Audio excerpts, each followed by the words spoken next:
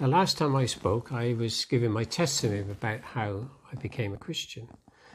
And that was a very precious time and life-changing. Not only does our life change, our attitude needs to change as well. And one of the things I got challenged with was honesty. I don't think I sort of considered myself to be really dishonest. But what point is there in trying to judge yourself and a thing like that? I was working at the time, at one time, once I left the ROF, at a caravan, well, the actual biggest caravan site and supplier in the southwest. And there was virtually about 500 caravans perhaps on site. And quite a few of those were new ones. And they had a big workshop there, which I was helping to build.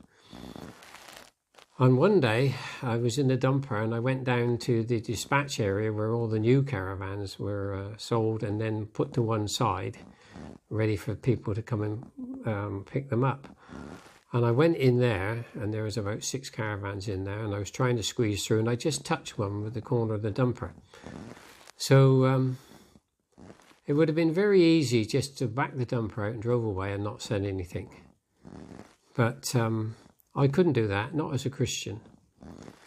So I went round into the office, and Sandra, the office girl who did all the dispatching of the new caravans, was sat behind her desk, and I said, I'm sorry, but I've just damaged one of the caravans, one of the new caravans. And she nearly fell off her chair. She just, what, she said. I can't believe it. I said, well, I am sorry. No, she said, I've worked here for 10 years and caravans are being damaged all the time. And you're the first person to ever come in here to own up to damaging a caravan. And she was so shocked. She was so really shocked. Anyway, I said, well, you better come out and have a look. So she went out, looked at the damage, which wasn't very much, but it was still right by the side of the door where anybody could have seen it. And then she went and looked at the ticket, what was stuck on the side, and said, oh, look at that. She said, I've got a couple of days before they're going to be picking up this caravan. Thank you very much. That means I can get it down the workshop and get it repaired and get it back again.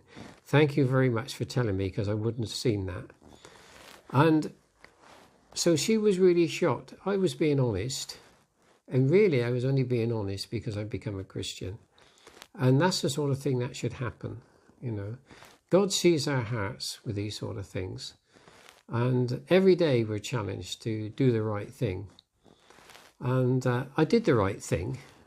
And this young lady was shocked. So honesty can shock people. And in fact, to a certain extent, we can perhaps shock ourselves when we're honest. But, you know, you can feel good when you're honest, when you do the right thing, when you own up. It's a bit humbling at times. But as Christians, we need to be Christ-like. We need to follow God's example through Jesus Christ. And there always used to be a term, what would Jesus do? Well, I'm pretty sure Jesus was pretty honest. And he expects us to be as well. So I want to encourage you as a Christian to be honest. Because it shows. It shows, and it does make a difference. So I've got another testimony. And first of all, the scripture says, do unto others as you would have them do unto you. And that's a good way of leveling out the ground, because wouldn't we all want to be treated honestly by everybody else around us? I was working in a local town, and I came up to a zebra crossing. There was a lorry in front of me turning left right in front of me, so I flashed my lights and let him turn across. And then as soon as he gone and got out of the way, I drove forward without noticing that somebody, a young lady with a pushchair, was starting to come across the crossing. So I stopped, but I was right in her way. I was only going very, very slow, and just put my hand up and said sorry. And I just slowly just pulled away and went up to the roundabout. And I looked in my mirror and there was a police car right behind me. And I thought, oh dear. So I had to go back another 500 yards and pulled up outside of a shop. And the police car pulled up right behind me and got out and come up. And I put my window down. And he said, have you any idea why I'm following you? And I said, yes. And I explained exactly what happened, that I was distracted by the lorry, never noticed a young lady on the crossing and pulled out in front of her. And I'm very sorry for that. And he straightened up and put his hands on his hips and said, well, just thank you for being honest. Thank you for being honest. And I said, well, I was in the wrong and I'm sorry about that. And I just thought I'd better pull up out the way because I was right in her way and she couldn't cross the crossing. And he stood up again and said, well, thank you for being honest. He said, I'm not going to book you or anything. And that was it. I mean, this policeman was really shocked because I owned up. I did something wrong. I said sorry. I owned up. I didn't argue. And that shocked him. I think he was expecting me to perhaps have an argument with him.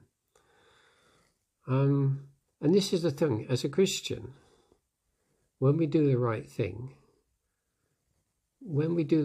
because we would want the right thing done to us, then it does shock people. We are different, and we should be different.